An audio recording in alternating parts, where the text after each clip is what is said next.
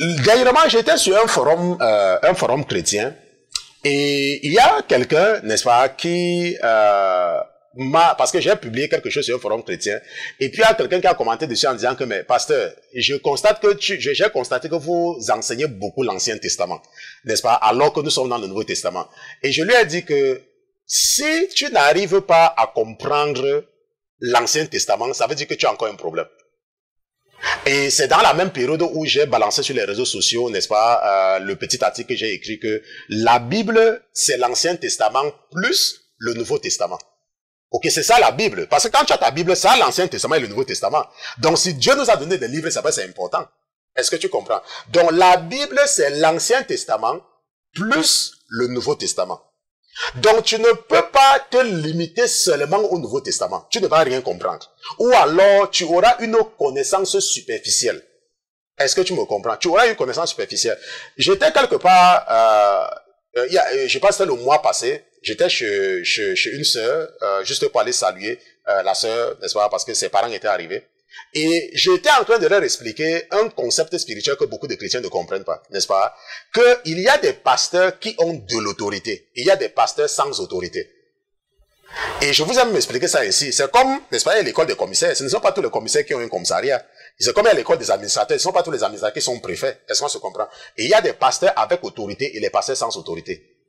Et lorsque tu es un chrétien qui ne comprend pas l'Ancien Testament, ça veut dire que tu as encore un problème.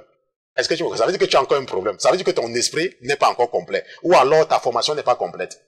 Ok, nous allons partir dans Romains chapitre 15, verset 4, juste pour essayer, n'est-ce pas, de confirmer ce que je suis en train de vous dire. Parce qu'en Romains chapitre 15, verset 4, la Bible dit, dans Romains chapitre 4, verset 4, que, or, tout ce qui a été écrit autrefois a été écrit pour notre instruction, afin que par la patience et la consolation que donnent les Écritures, nous possédions de l'espérance.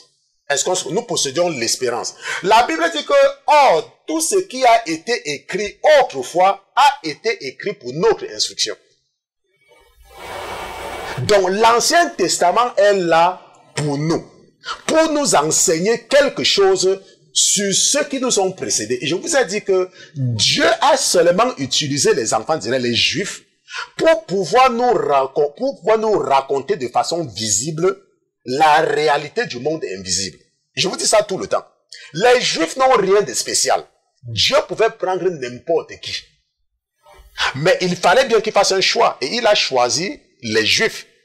Afin de pouvoir écrire dans la vie des Juifs quelque chose pour aider ses autres enfants à être conscients du combat spirituel. Et je vous ai dit que le combat spirituel, ce n'est pas la prière. Si tu es quelqu'un que tu passes le temps à prier, que tu es dans le combat spirituel, ce n'est pas le combat spirituel là-bas. La prière, ce n'est pas le combat spirituel. La prière, c'est la prière. Et le combat spirituel, c'est le combat des idées. Comment amener les gens à se soumettre à l'autorité de Jésus-Christ? Lorsque tu es engagé là-dedans, c'est en ce moment qu'on dit que tu es engagé dans le combat spirituel.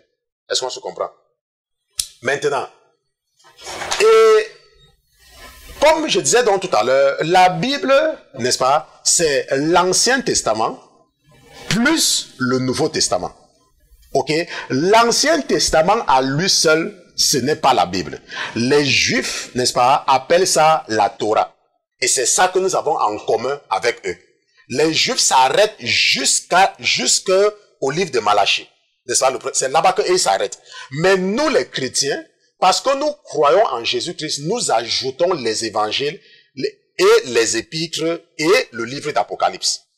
Si nous partons par exemple dans 1 Corinthiens chapitre 10, n'est-ce pas, pour toujours comprendre l'importance de l'Ancien Testament, la Bible dit que frère, je ne veux pas que vous ignorez, je suis dans 1 Corinthiens chapitre 10, je suis en train de lire à partir du verset 1.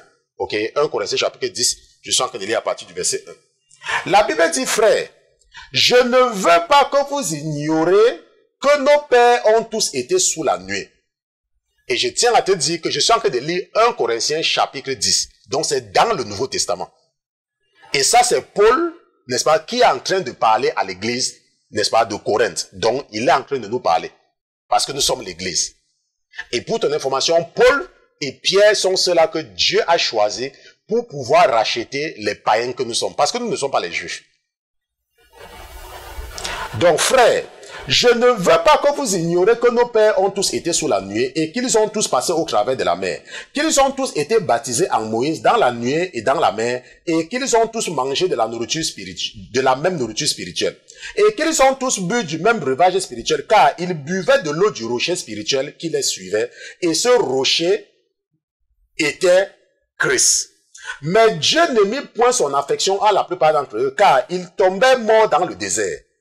Or, ces choses sont arrivées pour servir d'exemple, afin que nous ne désirions point de mauvaises choses comme ils en désiraient. Ne devenez donc point idolâtres, comme quelques-uns d'entre eux, selon qu'il est écrit, le peuple s'assit pour manger et pour boire, puis ils se levaient pour danser. Ne commettons point de fornication, comme quelques-uns d'entre eux commis fornication, et il y en eut 23 000 qui périrent en un même jour. Et ne tentons point le Christ, comme quelques-uns d'entre eux le tentèrent, et il périt par les serpents. Et ne murmurez point, comme quelques-uns d'entre eux murmuraient, et il périt par l'exterminateur. Or, toutes ces choses leur arrivaient pour servir d'exemple, et elles sont écrites pour nous instruire, nous qui sommes parvenus au dernier temps. C'est pourquoi que celui qui croit être debout prenne garde pour qu'il ne tombe pas. N'est-ce pas? Prenne garde qu'il ne tombe point. Est-ce que tu comprends? Donc la Bible dit que tout ce qui est arrivé, quand je disais, tu vois que tout ça c'est dans l'Ancien Testament. N'est-ce pas? Ils ont commis la fornication à la plaine de Moab. N'est-ce pas? Sous les conseils que Balaam avait donné à Balak. Que tout ce que tu peux faire pour que Dieu puisse maudire ce peuple, c'est de les amener à désobéir à leur Dieu. Ok, si tu as déjà lu ça, je n'ai pas compris. Bon, tu peux nous envoyer un email, contact à lasainteté.com et la sœur va t'envoyer toute la série d'études bibliques sur le livre de Nombres. N'est-ce pas? Nous avons fait une étude complète là-dessus. Et la Bible nous parle par exemple du baptême par immersion totale. Beaucoup de gens ne comprennent pas pourquoi Dieu a fait passer les enfants d'Israël par la mer Rouge. Beaucoup de gens ne comprennent pas que c'était pour les baptiser. Et c'est ça ici, qu'ils sont tous passés dans la nuée, tous sont passés à travers la mer, l'eau, pour le baptême. Parce que quand tu sors du monde, qui est l'Égypte, pour entrer, pour commencer à marcher avec Dieu, tu dois te faire baptiser par immersion totale. C'est pour ça que Dieu les a fait passer par la mer Rouge. Ce n'était pas pour rien qu'ils sont passés par là, c'était pour les baptiser tous. Donc si toi tu m'écoutes depuis un temps et tu ne te rappelles même pas le jour qu'on t'a baptisé, on t'a trompé, on a pris les gouttes d'eau, on a versé sur toi pour dire que tu n'es pas baptisé, ça ce n'est pas le baptême. Ok, le baptême c'est comme Jésus s'est baptisé, comme la Bible nous raconte ici.